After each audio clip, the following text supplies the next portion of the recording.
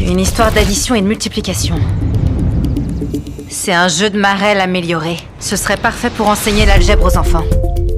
Morgan a jeté un coup d'œil au jeu de cases au sol et a aidé la police à retrouver la victime. Cette fois, le ravisseur était extrêmement arrogant. Il a directement envoyé un message à la police, disant qu'il avait kidnappé quelqu'un. Quand la police est arrivée chez l'expéditeur en suivant l'adresse IP, ils n'ont trouvé qu'une boîte de puzzle à l'intérieur. De toute évidence, le ravisseur cette fois aimait beaucoup jouer. Morgan a assemblé tout le puzzle en moins d'une minute. Le puzzle final était une carte de la ville. Mais il y avait une partie manquante au milieu. Cette partie manquante était clairement l'endroit où le ravisseur voulait que la police aille. Quand Carla et Morgan sont arrivés, un autre jeu les attendait. 1, 2, 3, 4. D'abord, vous devez jouer aux cartes pour trouver le bon sentier avant que Spencer ne soit usé.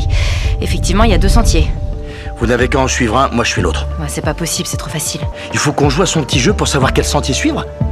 Bientôt Carla et Morgan ont terminé ce jeu. Elles devaient choisir le deuxième itinéraire. Elles ont marché jusqu'au bout du chemin. Il y avait un autre jeu à compléter. Heureusement, ce jeu n'était pas difficile non plus. Il y avait plusieurs télescopes sur place. Après avoir combiné et arrangé les chiffres au sol, Morgan a compris. C'était les paramètres pour ajuster les télescopes. Morgan a immédiatement commencé à calibrer les télescopes. Bientôt, elle a découvert une usine, un bâtiment sans fenêtre, en reliant ce bâtiment à la photo envoyée par le ravisseur. La victime était certainement détenue là-bas. Carla a rapidement conduit son équipe sur place et a trouvé la victime. Malheureusement, le ravisseur portait un masque. La victime n'a pas vu le visage du ravisseur. Il ne savait pas qu'il avait kidnappé. Cela a mis Carla et son équipe dans une impasse. Ils n'ont pas trouvé de moyen de traquer le vrai coupable. L'équipe a supposé que c'était peut-être une farce tordue de quelqu'un. À ce moment-là, le commissariat a reçu un tas de poupées étranges, sans expéditeur.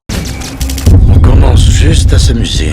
On a demandé aux employés si quelqu'un avait vu qui avait laissé ça, mais ça a rien donné. Je vois. Donc le ravisseur de Spencer n'a pas l'intention de s'arrêter là. Et en plus, il nous regarde.